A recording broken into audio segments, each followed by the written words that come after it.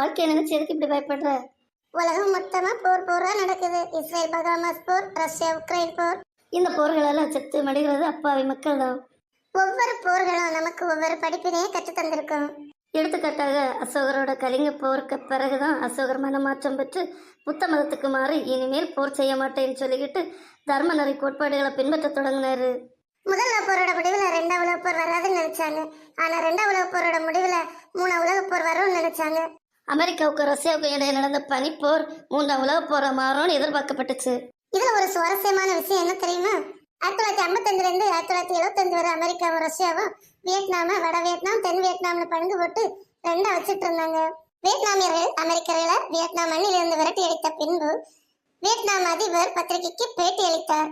அந்த பேட்டியில் அவர் சோழ பேரரசன் ராஜராஜ சோழனை எவ்வாறு புகழ்ந்திருக்காரு, அவரோட பெருமையை எவ்வாறு வியட்நாமில் பறைசாட்டி இருக்காருன்னு இந்த வீடியோல நாம பார்க்கலாங்க.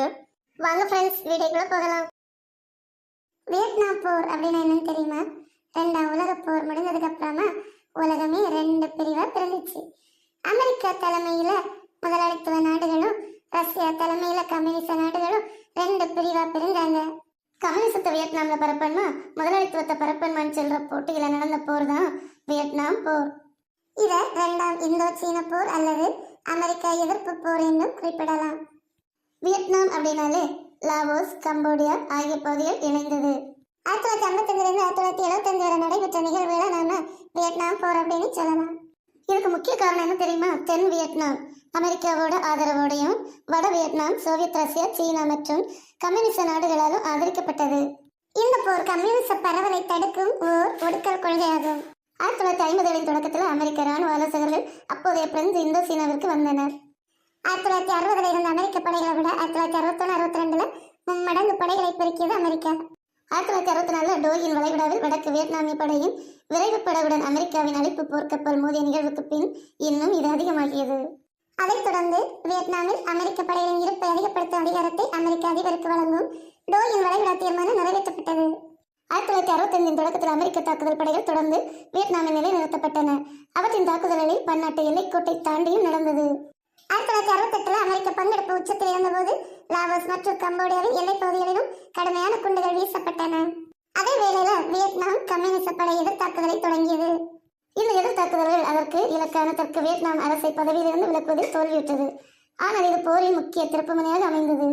தெற்கு வியட்நாமுக்கு பல ஆண்டுகள் ராணுவ உதவி செய்திருந்தாலும் இந்த போரில் அமெரிக்க அரசு வெற்றியை நோக்கி நகர்கிறது என்று அரசின் வாதம் கற்பனையானது என்பதை இந்த எதிர்த்தாக்குதல் பெரும்பான்மையான அமெரிக்க மக்களுக்கு உணர்த்தியது. வடக்கு வியட்நாமில் கம்யூனிச படையினரை எதிர்த்து போர் புரிவதை தெற்கு வியட்நாமை வியட்நாமிடமே ஒப்படைக்கும் வியட்நாமிய மயமாக்கல் கொள்கையின் ஒரு பகுதியாக அமெரிக்க படைகள் படிப்படியாக பின்வாங்கின. 1973 அனைத்து தரப்பினரும் கையெழுத்திட்ட பின் பாரிஸ் அமைதி ஒப்பந்தத்திற்கு பிறகு போர் தொடர்ந்தது. அமெரிக்கா மற்றும் மேற்கத்திய உலகின் ஒரு எதிர்ப்பு கலாச்சாரமாக வியட்நாம் போர் எதிர்ப்பு இயக்கம் பெருமளவில் தோன்றியது. 1973 ஆகஸ்ட் 15 அமெரிக்க படைகள் முழுமையாக பின்வாங்கின. 1975 வடக்கு வியட்நாம் படை சைவானை கைப்பற்றியதுடன் போர் முடிவுக்கு வந்தது. அதற்கடுத்த ஆண்டில் வடக்கு மற்றும் தெற்கு வியட்நாம் ஒன்றிணைந்தது. 1976 வடக்கு மற்றும் தெற்கு வியட்நாம் ஒன்றிணைக்கப்பட்டது. இந்த போர் பெருமளவு மனித உயிர்களை பலி வாங்கியது. இந்த போரின் போது இறந்த வியட்நாமிய வீரர்கள் மற்றும் மக்களின் தோராயமான எண்ணிக்கை 96,66,000 3.8 மில்லியன்கள் வரை இருக்கும். இதில் கம்போடியாவில் லாவோஸ் மக்கள், அமெரிக்க வீரர்கள் பலர் கொல்லப்பட்டனர். மேலும் இந்த போரில் காணாமல் போன 1226 நபர்கள் இன்றும் கிடைக்கவில்லை. 1976 வடக்கு வியட்நாம் மற்றும் தெற்கு வியட்நாம் கம்யூனிச பிடியிலிருந்து முதலாளித்துவ பிடியிலிருந்து விடுவிக்கப்பட்டு ஒன்றிணைந்த வியட்நாம் உருவாக்கப்பட்டது. ஒன்றிணைந்த வியட்நாம் உருவாக்கப்பட்ட போது அதன் அதிபரை சந்தித்து பேட்டி கண்டனர் பத்திரிகையாளர்கள். அவர் இந்த வியட்நாம் போரில் வெற்றி பெற்றதற்கு காரணம் என்ன சொன்னார் தெரியுமா? 20 வருட கடும் போராட்டத்துக்கு பின் வியட்நாம் அமெரிக்காவை வென்றது. போர் முடிந்தவுடனே செய்தியாளர்கள் வியட்நாம் அதிபரை பார்த்து கேட்டது என்ன தெரியுமா? எப்படி சாத்தியம் இது? ஒரு சிறிய தற்காசிய நாடு வல்லரசான அமெரிக்காவை தோற்கடித்தது எப்படி? அதற்கு அந்த அதிபர் என்ன சொன்னார் தெரியுமா? அமெரிக்கா போன்ற வல்லரசை தோற்கடிப்பது மிக மிக கடினம். ஆனால் ஒரு சரித்திர புகழ் பெற்ற மாவீரனின் வீரமும் தீரமும் சரிந்த கதையை படித்தேன். அந்த மாவீரனின் கதை எனக்குள் எழுப்பிய காணலால் தான் இந்த வெற்றி சாத்தியமாகியது. அவரின் போர் தந்திரங்கள் யுக்திகளை எங்கள் போரில் கடைபிடித்தோம். வெற்றி எங்களுக்கு எளிதாக கிடைத்தது என்றார். யார் அந்த மாவீரன், யார் அந்த பேரரசன் என பத்திரிகையாளர்கள் வினவ அதற்கு வியட்நாம் அதிபர் அளித்த பதில் இதோ. அவர் வேற யாரும் இல்லைங்க, கிழக்காசியாவை வென்ற ராஜராஜ சோழன் தான். தந்தை பெரிய கோயிலை கட்டினாரு அந்த ராஜராஜ சோழனா? சோழ வம்சத்தின் புகழ்பெற்ற அரசராக விளங்கிய ராஜராஜ சோழன். வியட்நாமில் மட்டும் இப்படி ஒரு மாவீரன் அவதரித்திருந்தால் இந்த நேரம் உலகம் எங்கள் கைகளில் இருந்திருக்கும் என்றார். சில வருடங்கள் கழித்து அந்த அதிபர் இறந்து போனாரு. அவரது கல்லறையில் அவர் விருப்பப்படி பொறிக்கப்பட்ட வாசகம் என்ன தெரியுமா? ராஜராஜனின் பணிவான பணியால் இங்கே ஓய்வெடுத்துக் கொண்டிருக்கிறார் என்று. இப்பொழுதும் வியட்நாம் சென்றால் அதை நீங்கள் அங்கே காணலாம். சில வருஷத்துக்கு அப்புறமா வியட்நாம் வெளியுறவுத்துறை அமைச்சர் இந்தியா வர நேரிட்டது. நம்ம ஆட்களும் வழக்கம் போல இந்த காந்தி சமாதி, சக்தி ஸ்தலா, செங்கோட்டை அதை இதுன்னு சுத்தி காட்ட புறப்பட்டாங்க. இதையெல்லாம் பார்த்து அழுத்து போன அமைச்சர் ராஜராஜன் பிறந்த ஊர், அவரோட அரண்மனை, அவரோட சிலை எங்குள்ளது இந்த அதிகாரிகளை கேட்க அவர்கள் ஆச்சரியத்துடன் அமைச்சரை பார்த்து அது தமிழ்நாட்டிலோட தஞ்சாவூர்ல இருக்குன்னு சொன்னாங்க. உடனே என்னை தஞ்சாவூர் கூட்டிட்டு போனோம்னு வியட்நாம் அமைச்சர் கூற படை தஞ்சாவூருக்கு புறப்பட்டது.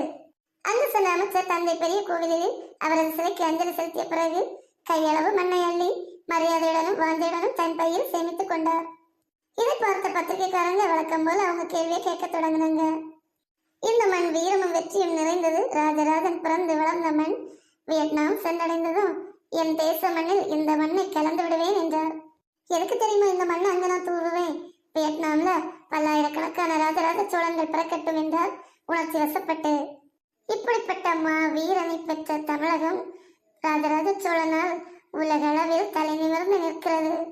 ஆனால் நம்மளுடைய சந்ததிக்கு ராஜராஜ சோழனின் வரலாறு மறைக்கப்பட்ட வரலாறாகவே இருக்கிறது. ஆனால் நம் நாட்டுல ஒரு வீதிக்கு கூட ராஜராஜ சோழனின் பெயரை வைக்கலங்க. சோழ நாட்டை ஆண்ட சுந்தர சோழனுடைய 2வது மகன் ராஜராஜ சோழன். சுந்தர சோழனுக்கும் சேர நாட்டு அரசி வானவன் மாதேவிக்கும் ஐப்பசி திங்கள் சதய நன்னாளில் பிறந்த இவரது இயற்பெயர் அருள்மொழிவர்மன். ராஜகேசரி அருள்மொழிவர்மன் என்ற இயற்பெயராலே தன் ஆட்சியின் தொடக்க காலத்தில் இம்மன்னன் அழைக்கப்பட்டான். இவரது ஆட்சியின் 3ஆம் ஆண்டில் ராஜராஜ சோழன் என அழைக்கப்பட்டான். தந்தை இறந்ததும் உடனடியாக பதவிக்கு வரல. 15 வருஷம் உத்தம சோழனின் ஆட்சிக்கு பின்னரே இவர் சத்திரிய முறைப்படி பொறுப்பை ஏற்றுக்கொண்டார். ராஜராஜ சோழன் தன்னை அரசர்களுக்கெல்லாம் அரசன் என்று புனைப்பெயர் கொண்டு வாழ்ந்து வந்தார். விஜயாலய சோழனால் நிறுவப்பட்ட சோழ அரசு இவர் காலத்திலும் இவர் மகன் ராஜேந்திர சோழன் காலத்திலும் உயர்நிலையை எய்தியது. ராஜராஜனின் காலம் தற்கால சோழர் வரலாற்றில் மட்டுமின்றி தென்னிந்திய வரலாற்றில் ஒரு பொற்காலம் ஆகும். ராஜராஜ சோழனின் ஆட்சியின் தொடக்கத்தில் கேரள நாட்டுடன் போர் நடந்தது. இந்த போரில் வெற்றி பெற்றதால் காந்தளூர் சாலை கலமறுத்த என்ற பட்டத்தால் விளக்கப்பட்டுள்ளான். உதகை கோட்டையை தாக்கி மலைப்பகுதி எனப்படும் மலைநாடு என்று அழைக்கப்படும் குடகுமலை பகுதியை கைப்பற்றினான்.